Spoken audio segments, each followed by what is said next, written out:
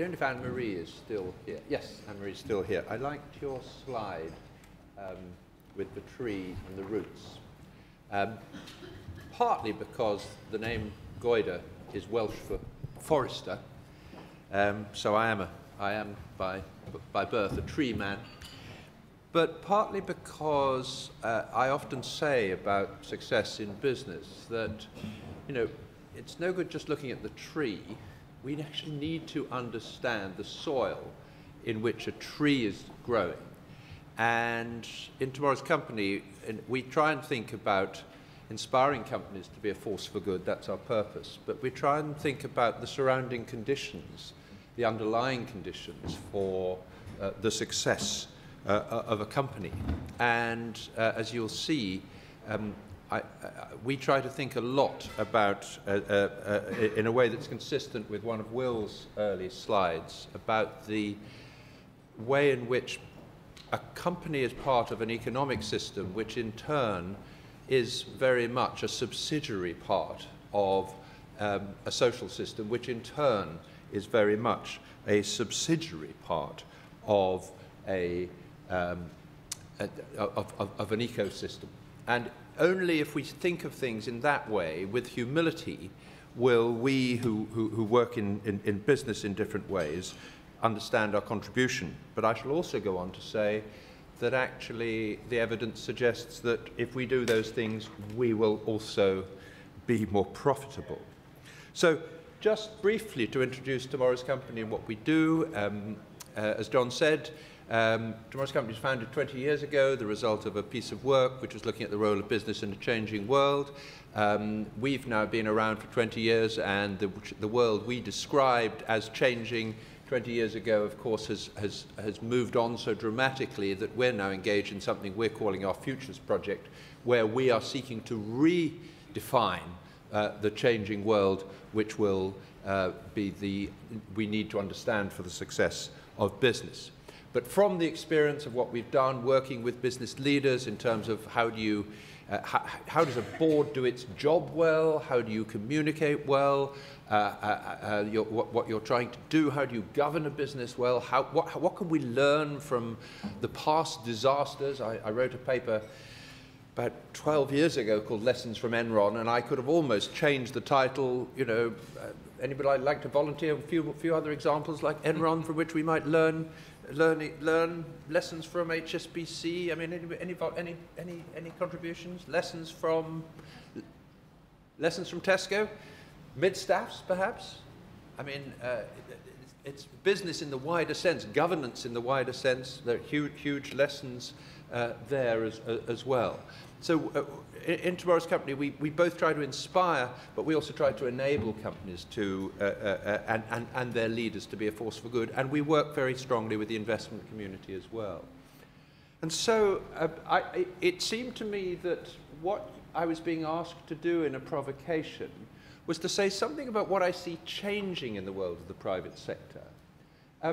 Something in examples that may be relevant, but more than that, something about the assumptions that we've learned in the business context over 20 years that we need to challenge, so that we can then think about some of the assumptions that in the wider health context we might want to challenge as well. I was talking about the disasters, and there is a litany of disasters in corporate terms, corporate car crashes from which we can learn. And Will was talking about the way in which the acceleration since about the time when some of us were born in the early part of the 1950s, the acceleration of everything. That is one reason why today's peacock is tomorrow's feather duster. But the other thing is we tend to focus on the corporate disasters, and so I find it quite distressing that if you looked at the slide that Will Day showed of the public levels of trust, that trust in business is so low, when actually if you deconstruct and if you actually deal with that at the level of companies that we've individually dealt with, you find in the research that actually there are higher levels of trust, and there are positive stories to tell about what's been changing in the last 20 years. And one of the things we're doing in the Futures Project is not only to do the timeline of the disasters, but the companies which have, over that time, done the things that we've talked about in terms of seeing business as a human activity, seeing relationships and purpose at the heart of a successful business. We've just heard from Arup. Arup is a very fine example, and one certainly Tomorrow's Company has been pleased to be involved with, of a company which sees the human purposes of business and seeks to achieve an economic result while achieving a human result as well. And I was talking earlier to Will, he was talking about a South African bank called Nedbank, which has decided to over time, to switch the whole of its pure portfolio into the things which it believes will be valuable in the future, whether we're talking about education, whether we're talking about agriculture, and so on. It was pointed out to me, everybody's always talking about Tesco at the moment. People talk less about Next, a company which has had the same chief executive for many years. When it hit a bad year, that chief executive said, I don't want the bonus that I've been given and the shares that I've been given. I want to share them with all the team, because I think they've had a pretty hard year as well. I was talking yesterday to a company, some of you may know in the health world, Novo Nordisk. Novo Nordisk, for the whole of the time that I've been dealing with this world, have been talking about a purpose beyond profit, which is actually to cure diabetes. That's the corporate purpose of Novo Nordisk. And very significantly, they have an ownership structure owned partly by foundation, which protects them so they can continue to pursue that purpose. So I want to talk a little bit more about how, a few years ago, we were mad enough and bold enough to approach a number of chief executives of global companies and a number of civil society organizations as well, and say, okay, what's the role of the global company in the future? And this is the statement of purpose that group, companies from India, from the United States, from continental Europe, this is the statement of purpose that they came up with, to provide ever better goods and services in a way that is profitable, ethical, and respects the environment, individuals, and the communities in which it operates. And then they said, to fulfill this purpose, we're going to have to understand the changing world. We're going to have to understand what, in shorthand, we call the triple context. And we're going to have to do what they called, this was a guy called Nandan Nilekani, who was then chairman of an Indian company called Infosys, who coined this phrase with us, and who went on to be an Indian cabinet minister. He coined the phrase, expanding the space.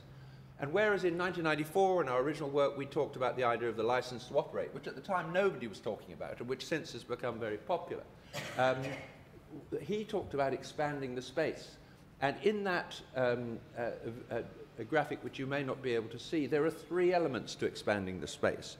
The first one is that a company will put at the heart of its purpose and strategy the needs of society.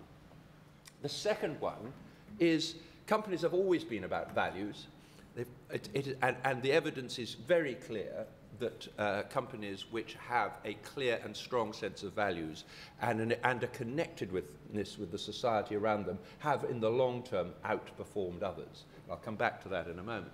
But embedding values in a global company is a particular challenge, because how do you find the common ground in your diversity policies between the issues you face in Chile, the issues you face in Hong Kong, and the issues you face in Riyadh, for example? And yet the global companies we were talking to, global companies like ABB is one example, Unilever, have worked those issues through. And they have said there's a core at the deep human level of things we have in common. And yes, when we're operating in very different cultures, we then have to apply those core values in different ways. So that was the second big challenge for global companies. And the third big challenge, which I think is highly relevant to our discussions this morning, to our conversations, I should say, the third big element was the element of creating frameworks. And to illustrate what I mean by creating frameworks, you can think about many areas where people complain at the moment that there's no global government, so we can't control the global company. I mean, the classic one is tax. And what I've been saying in the companies that I've been asked to give advice to as a critical friend is, you can't just sit there and say, but we're complying with the law. You know, if you want to impose a different law, we'll do something different. It's simply, that's what slave traders could have argued 200 or so years ago. It simply doesn't stand up. There's this license to operate, it's a moving line. People's public perception changes. What good companies do, what tomorrow's companies do, is they work with civil society to create the frameworks within which good behavior is defined. And what they then do is they say, we're signing up to this standard of good behavior, we're going to shame those who are not willing to sign up, we're going to let transparency take its course. And what you notice over time, and I'm thinking about things like the Marine Stewardship Council, the Forestry Stewardship Council, the Extractive Industries Transparency Initiative, all of over time, things on human rights from the UN, over time, this becomes a form of global soft law. And it starts to appear in the courts, and the courts start to say, well, yes, okay, but there is a stated good practice. Were you complying with it in trying to reach a judgment on guilt or innocence? So the idea, and let me give you a very, very vivid example. A writer called Stuart Hart, who did a lot of work on the whole bottom of the pyramid idea, gave an example from Kenya. The pyrethrum growers in Kenya were producing a product which at the time was being used by a North American company called SC Johnson for household cleaners. The Japanese invented a synthetic substitute, and suddenly the pyrethrum growers were going to be out of business. Many people in relatively poor rural surroundings were going to be out of business. What happened? If the market had taken its course, that would have been that. What actually happened was a combination of SC Johnson, which is incidentally a family-owned business, saying, let's try and work at this. How can we find a way around this? Of the Reserve Board, of Pyrethrum Reserve Board of Kenya saying, well, we're here to provide a kind of underpinning guarantee of quality.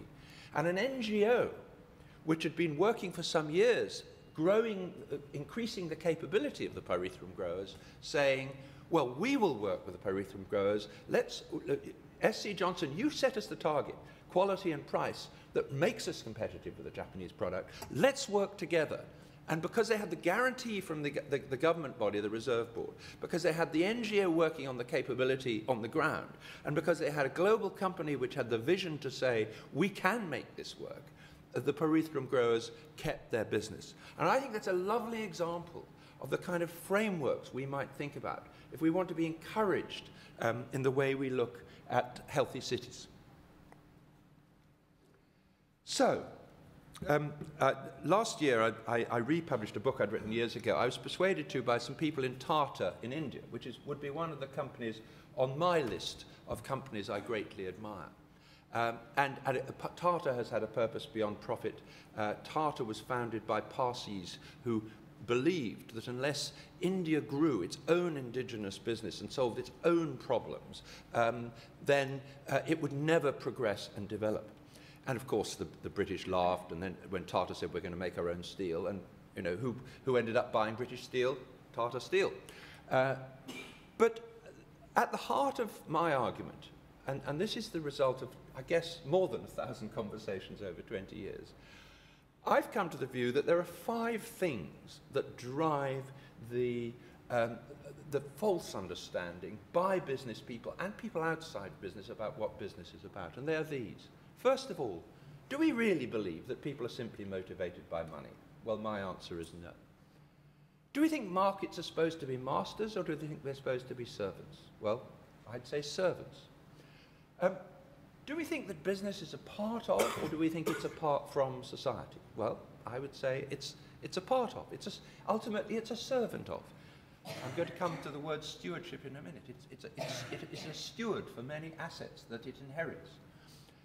What do we think of as value? Do we think of value as something where if a business gets engaged in its community, it costs it and it makes less money? Or do we actually think of value as a positive sum game, where actually the more you invest in all your relationships, the more you get back. I believe in that abundance way of thinking. Do we believe that we can slice people up? So we can say, no, I can't do that for my people or the community, because if I were to do that, I'd be taking something away from my shareholders. Well, hang on a minute. Who are my shareholders? Deconstruct the value chain from the pension fund to the individual beneficiary, and what do you get? You get the people in the room who are also employees, who are also customers, who are also neighbors. They're also, certainly in a global sense, they're part of the community. So where is this irrational, sliced up, compartmentalized idea that we think of people only wearing one hat? As is often said, you know, I remember the great Sir Adrian Cadbury saying it to me, you know, yes, I want to retire with a good pension, but I want to retire into a world where the air I breathe is good, and the children I see going to school are well educated and so on. Now, the attitudes we have to business is based on, in my view, perverse answers to those 5 questions. And let me tell you, when I launched this book, I was invited to speak to an audience of chief investment officers at the Bombay Stock Exchange. And when I did the 5 questions with them, they came up with the same answers that I would have come up with. And I said to them, well, your industry doesn't work by these principles that you've just committed to. And they said, no. And I said to them, well, we've got a problem then, haven't we? And they said, yes. And that's the nexus of the problem that we in Tomorrow's Company are trying to work on. And I'm going to talk about it in a minute in the context of stewardship. So if, by analogy, if I then take the questions we've been asking about business for 20 years and I think about what does it mean for how we see health, and probably most of this is just your everyday kind of what you've thought about before breakfast, but forgive me if it's a bit retro for you. So do we think of people as whole or in part? Years ago, I was persuaded to read a book called Anti-Cancer by a very interesting doctor called David Servan-Schreiber. Fascinating book. He himself, in his early life, had a very specialized technological attitude to medicine, and then he got cancer. And he talked about his experience and his journey, and he talked about the power in his recovery of being dealt with or dealing with himself, insisting he was dealt with as a whole person. The power of meditation, the power of taking control of your own self and health. Dependence or self-management? Well, that's what I've just talked about. Do we think of health provision in any kind of compartmentalized slice, the way that too many business people think about their role? Or do we think about it in a holistic way, which I guess is what these 1,000 conversations are about? Can we think of examples like the frameworks example I gave with the pyrethrum growers? What would be your equivalent in your work with your neighbors and your stakeholders and suppliers, etc., of that pyrethrum example? And then we come to this great big elephant in the room of health, which is public versus private. Don't trust the private sector. Let the private sector into the health service. It's greed. It's going to corrupt it. Well, of course, we know. We see those motivations. But if we're talking about the kind of numbers in terms of how much savings the nation is going to demand of the health service if meeting the growing demand, how can we not take advantage of every single piece of creativity or innovation around the place? We've did a piece of work which Arup were involved in called Tomorrow's Business Forms, in which we talked about the way in which companies need to rethink their forms. And we talked about wonderful hybrids emerging. So, for example, Serco, a company much abused, but Serco, a company with some very good core values in its history, and a company which I believe is seeking to get back to that. When they wanted business with Glasgow doing housing, they recognised that they weren't going to win the trust of their users with their conventional business model. And they invented a hybrid, which was actually a limited liability partnership, which they worked in partnership with the local authority and a social enterprise. And it's a successful hybrid. Now, in terms of letting the private sector into the public sector while earning the public's trust, that they're not all like Southern Cross or G4S or whichever examples you choose. We've suggested that we need something called a trust test. The idea that a buyer of health services would have a kind of character test, that a business would have to go through before it could even get on the procurement shortlist. And if you're interested, I'll send you the current draft of it, which we've been trying to interest people as varied as the Cabinet Office and the Care Quality Commission in at the moment. But it's just an example of innovation, of trying to draw the best value wherever we find it. And of course, as has been said earlier today, and I think will be coming up later today, let's think about value. Let's not think about its profit versus care. What's value? Let's have an integrated view of value. Let's agree on that. Let's make sure that procurement doesn't drive that coach and horses between finance on that side and human care on the other. And so I said I'd come back to the question of research. What does research tell us?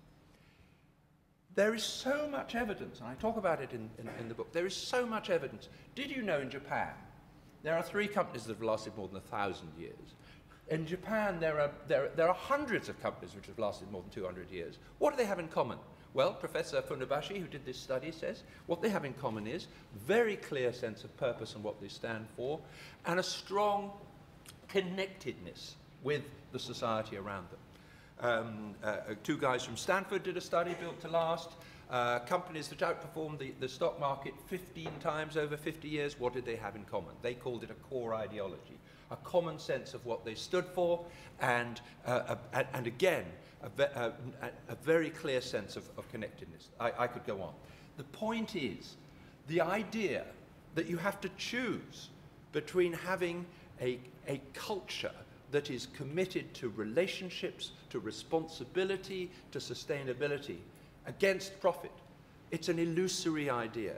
It's an idea that's sustained by the kind of fund manager who's bonused on a quarterly basis, the kind of fund manager that you and I, in the future, need to hold better to account. And here I come back to one of the questions that our last speaker from Arab asked, which was, how can we use technology differently in the future? Well, how we can use technology differently in the future, I would suggest, one way, is that we actually need to be able to say, I want to be a good steward of my investments.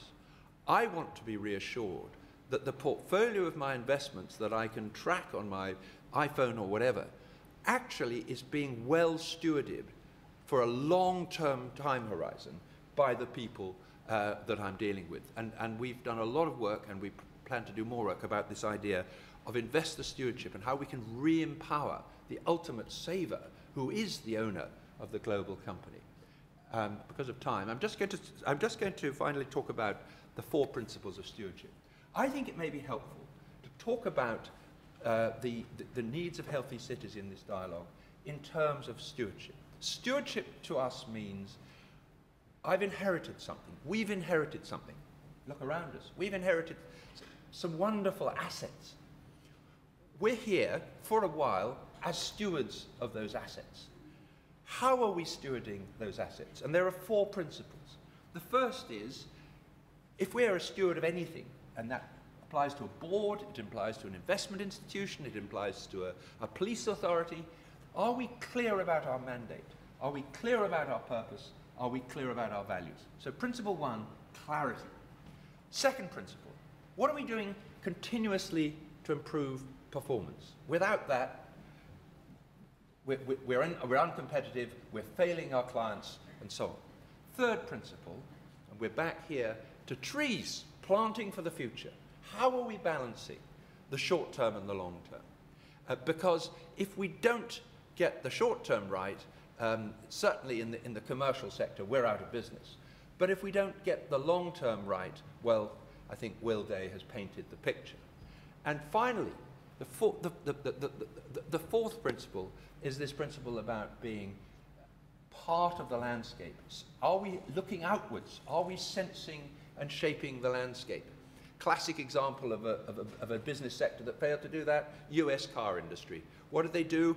They were so busy paying PR companies to lobby against higher environmental standards that they ruled themselves out of the Chinese auto market, the largest market in the world.